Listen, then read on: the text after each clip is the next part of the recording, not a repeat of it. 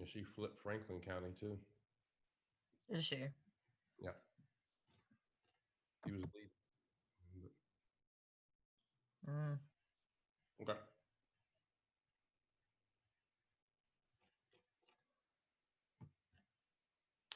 Greetings, everyone. I'm Philip M. Bailey, political writer here at the Courier Journal. We're all here at our homes.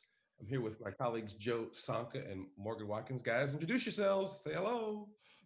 Hey guys, I'm Morgan Watkins covering politics and the Mitch McConnell campaign for the Courier right now. And I'm Joe Sonka. So let's just go with the top of the line here. We're getting about 93% of the results are in for the U.S. Senate race on the Democratic side to decide who will take on Senate Majority Leader Mitch McConnell, who easily won his primary last week in the almost unusual election. It looks like, guys, that we have here a situation where with 93%, it looks like Amy McGrath is going to pull this out in a squeaker. Joe, let me ask you first and foremost, what I see here is that Charles Booker, although he won Fayette County, Lexington, won Jefferson County, Louisville, and maybe one or two other counties, he underperformed. He's about 2% behind with 93% of the vote in. Is that how you see it? How do you see it in overall? Yeah, it looks like Booker is down about 10,000 votes, and the remaining counties that are left, I'd say less than 10 at this point, are all counties that we would assume are not even going to swing big to Booker. I mean, they're probably going to be McGrath victories. So it's hard to see a pathway for him. Right. I mean, to I know victory in this race, even though it is very close. It doesn't. I don't. It's hard to see a pathway to victory right now.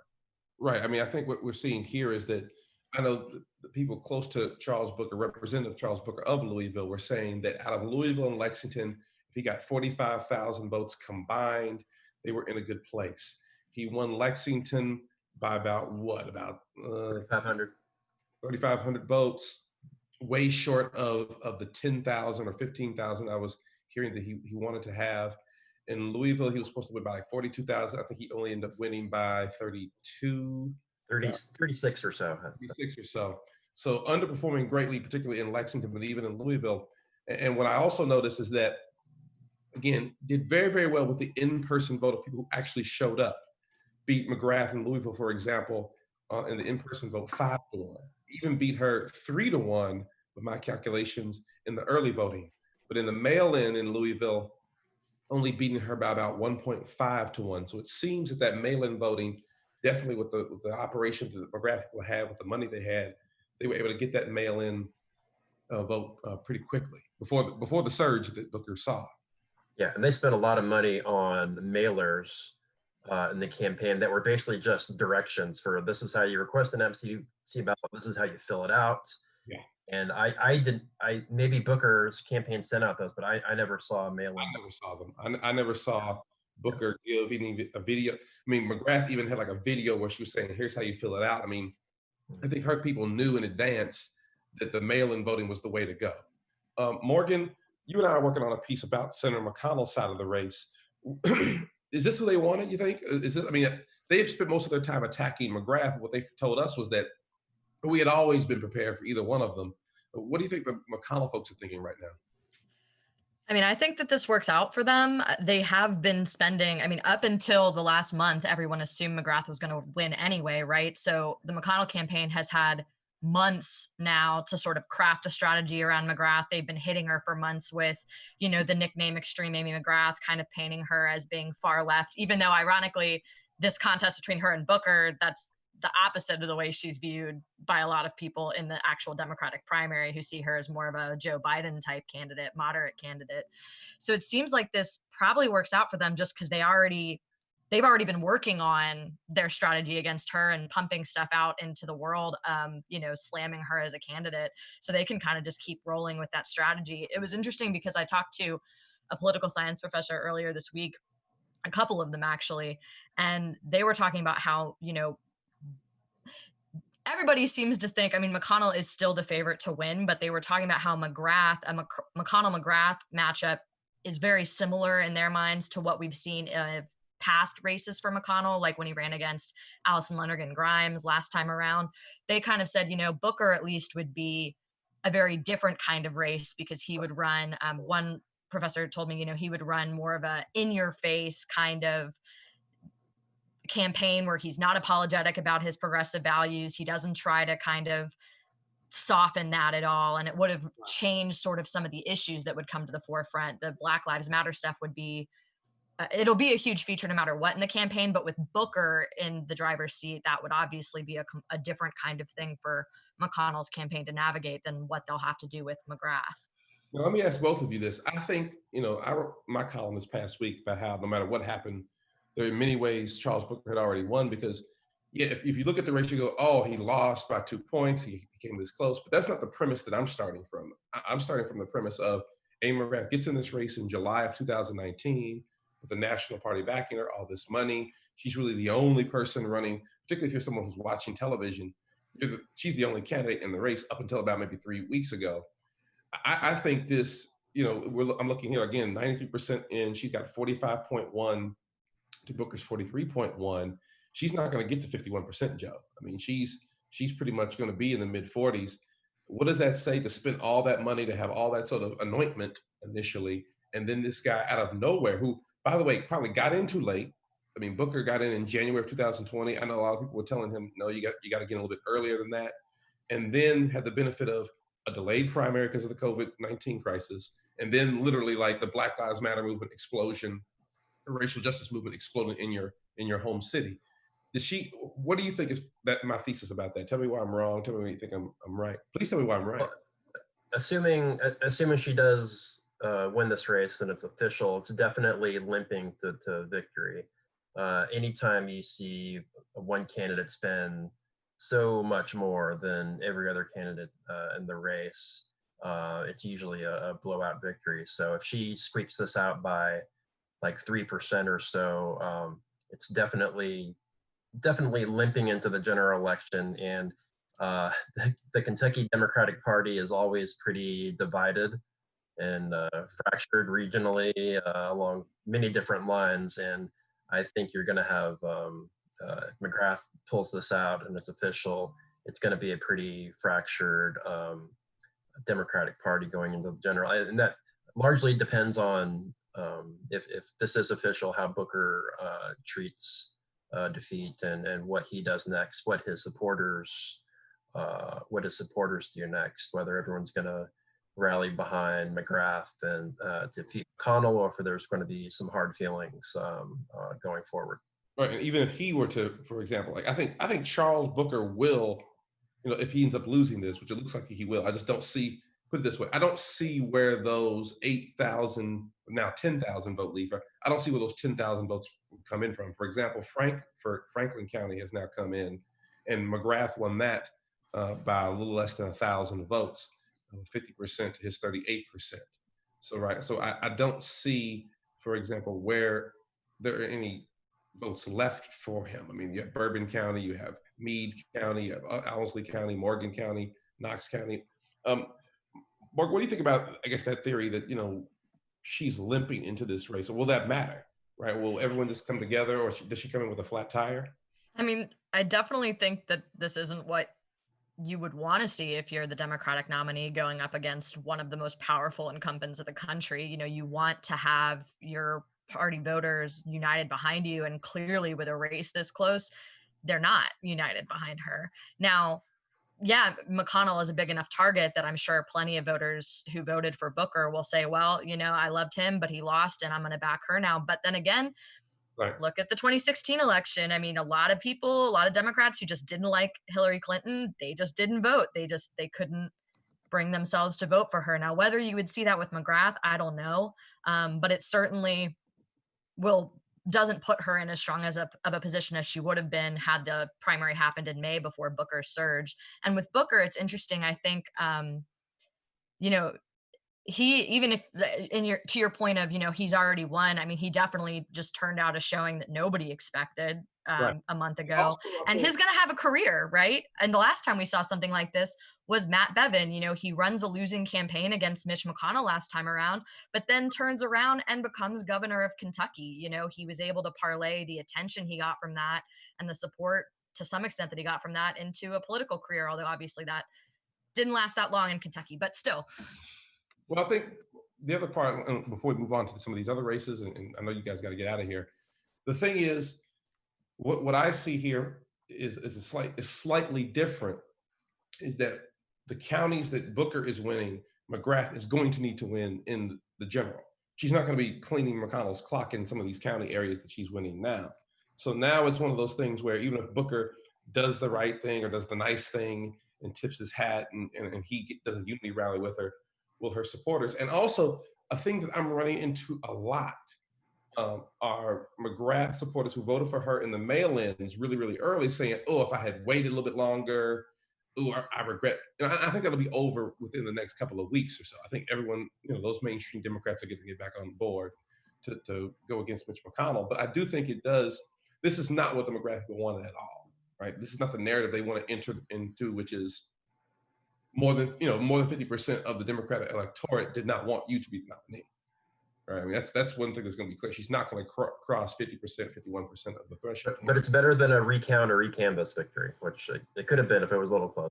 Right. If it had been a little bit closer, I think I hear something about Booker wanting to look at some rejected votes or do an actual tabulation, but I don't in Fayette County. That could still happen. That could still happen. So right. Keep an eye out for that. It is close. That's not going to flip. I don't think 10,000 votes, which is the lead she has right about now. Let's move on, I guess, a little bit here. Joe, tell me about quickly some of these state races we're looking at. I know that for the first time in a long time, Democrats actually flipped a Senate seat. So what does that put them at?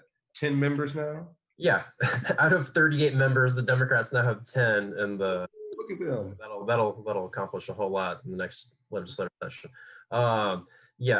Senator Ernie Harris, longtime Republican senator from the district that's all of Oldham County and part of northeastern, kind of suburban Jefferson County. Karen Berg, the Democrat, lost to Harris in a pretty close race in 2018. Harris announced at the end of the session that he was retiring and immediately leaving that seat. They decided to have the primary, to have the special election on primary day, which I think is going to backfire for Republicans because there were so many Democrats turning out in the primary last Tuesday that it just turned out that a lot of in the blue areas of the Jefferson County suburbs turned out with all of their mail-in ballots, and turned out it was actually a blowout. And this continues the trend of Oldham County and the suburbs kind of going to the left now. I mean, we saw definite Jefferson, yeah. I mean, that's something we saw with even the Bevin Bashir race. I think Bevin won Oldham County, but Bashir did way better there than his predecessor Jack Conway. And we do hear about the suburbs going left, sort of in this rejection of Donald Trump. So that's something certainly I think the McConnell people better look at and pay attention to. Morgan, I don't know if you've been paying attention to the local races or any of us. I know that Ja'Cory Arthur won the Metro Council District 4 race. I believe Casey Armstrong won the Metro Council District 8 race. Those were the sort of the highlights at the local level. I believe David Yates won that only Democratic primary for the Senate seat out in 37th district. Looks like it, yeah. Right. So Pamela Stevenson won in District 43 primary. Oh, okay. Booker's seat. She won by a large margin over David Snarden in that race. Now, here's what I'm wondering. All of these races, maybe except for the top line race, which was the U.S. Senate Democratic primary, how much of this is going to be, oh, well, you won when the COVID-19 crisis was happening. We'll see you in 2022 or 2024, like when the next go round is. Like, I hear a lot of that from people because a lot of folks were like, I'm not really sure who's who. I'm not really, if you had the money, you could put your mailers and everything into people's mailboxes, but we didn't have a lot of traditional debates, not a lot of knocking on doors, not a lot of meet and greets with candidates. Do you think there's going to be like a backlash against all these people who are winning in a few years? I don't know about a backlash, but we have no idea right now if future elections are going to look anything like this one. We don't know how the pandemic is going to be this fall or next year. We don't know if mail-in voting is going to be continued this fall or next year. So the elections that are coming in the future, whether that's this fall or 2 years from now, it's kind of an open mystery whether it's going to look anything like what we just did, which is totally unique to Kentucky's history, how we handled this election. And it's interesting because in a lot of places we're seeing pretty significant turnouts, like higher than last time around for the presidential, primary year. So on in that sense, the people who won, they won, a lot of them won in areas where there was higher turnout than normal. Now, if things go back to the way they normally are without mail-in voting and things like that, then yeah, maybe we go back to kind of business as usual. But yeah, I feel like this is such a I don't know that anyone can come up with any patterns to take from this, or just because it's so singular. Now maybe if we see what happens in November and we see what happens next year, if we have to do the same thing, if unfortunately the pandemic's still going on, then maybe you can draw some conclusions. I definitely think that I'm interested to see a couple of things. Where did the mail-in ballots come from, right? Did they skew to more affluent people, which is what people often say about mail-in ballots? Did they skew more affluent folks? And also, which areas did they come from more so based upon income, race, et cetera? And also, I'm interested to see if you'll see Secretary of State Michael Adams jump on board with this for the fall, because the pandemic is still going on. By the way, COVID-19 has not been cured. There's no vaccine.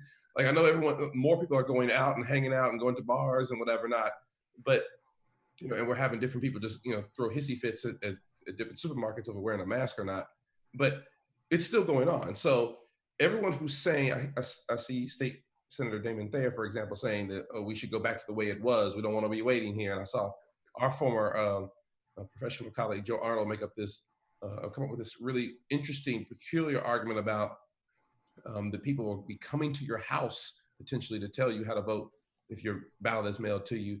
But I don't see the rationale explained yet on why we should go back, right? Other than we just don't like waiting. We don't like waiting. Philip, do you think Mitch McConnell wants a record turnout and mail-in ballots in the November? Maybe not. It depends on where those ballots are coming from, right? And that's what I want. That's why I want to see in the primary where they came from. If they came from very liberal, affluent areas, yeah, I get it. But I'm interested to see, for example, did West Louisville have in the mail-in section? Did it have turnout that was stable compared to previous years, or exceeding, or did it dip below significantly? But I think all these people, all these national nitwits who were tweeting about Kentucky and voter suppression in the primary, I think there is a conversation about that in the general election, because that's when you're going to see the voter ID bill, a voter ID law take effect. There's a question of whether we're going to do mail-in elections. If the pandemic is still going on, are we going to do just one polling place all over again and make everyone go there? Because what we saw, Joe, you and I, down at the Expo Center, you could, I know people are saying we should extend the hours, but even if you extend them, there is going to eventually, at a moment, be a logjam, especially here in Louisville, where everyone's going to go to one area at the same time, trying to rush down there. I'm very interested to see if we have the real voting rights fight. I think that people need to pay attention to is going to be in the fall. And I think the pandemic hasn't gone anywhere. In fact, cases are rising all over the country right now. We're at over 2.6 million cases in this country. We're at over 129,000 people who tested positive for the virus have died so far. So you talk to public health experts, I don't think anybody's expecting that by November things will be sufficiently safe enough for us to kind of not be having that conversation of how do we tweak things. One thing that I do think will come up in terms of the polling issue is I think that you will see a fight, especially with the All Eyes on Kentucky, hashtag that was going around. Morgan, AP is calling the race for Amy McGrath. Wow. So she is going to be the Democratic nominee, looks like, for 2020 against Senate Majority Leader Mitch McConnell. Again, I'm Philip M. Bailey, political writer here at the Courier Journal with my colleagues, Joe Sonka and Morgan Watkins. Guys, let me just ask you for your final thoughts. Mine is that, again, Booker underperformed in Lexington and Louisville. He clearly caught fire and energized the Kentucky left in a way that I've never seen. Joe, maybe in Lexington you've seen some candidates like that, but I've never seen someone statewide run as an actual liberal and get this close.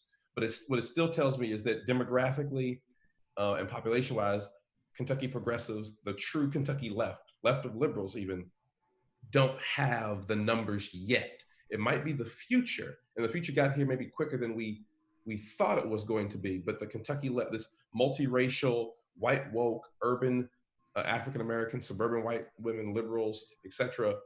More sort of counterculture radicals in the rural areas, etc. They're not quite there. They're not there yet. And it might have taken 2 more weeks to get over the hump based on the momentum he had, but just wasn't enough. Right. Morgan, what's your final thoughts on that? I mean, it may have just come, it's right. I mean, you may be right. There may just not have been quite enough support for that, enough people who still feel like a more moderate candidate is the way to go. But at the same time, maybe it's just because people mailed in their ballots early, before Booker surged. But what I think will be interesting to see is, are sort of the Democrats, including the, high percentage of them that voted for Booker, are they willing to unite behind McGrath because of McConnell being this sort of uniquely disliked figure especially on the left and is this movement that we've seen kind of coalesce behind Booker something that they can build on moving into the November election, but also beyond it, for future contests? Will you see how the way Booker caught fire? Is that something we'll be able to see kind of continued? And I think the most important fight of that, at least at the top level, is going to be this fight between Kentucky grassroots Democrats, true blue progressives, and the national party that can sort of come in with its money and infrastructure to sort of anoint someone without really testing to see whether they can meet the mustard of either the state party structure or the grassroots people here in Kentucky. Well, we're going to close things out because we got some work to do, folks. I'm Philip M. Bailey, political writer here at the Courier Journal, here with Joe Sonka and Morgan Watkins. The race has officially been called for Amy McGrath. Stay tuned to the Courier Journal and courierjournal.com for more information. Peace.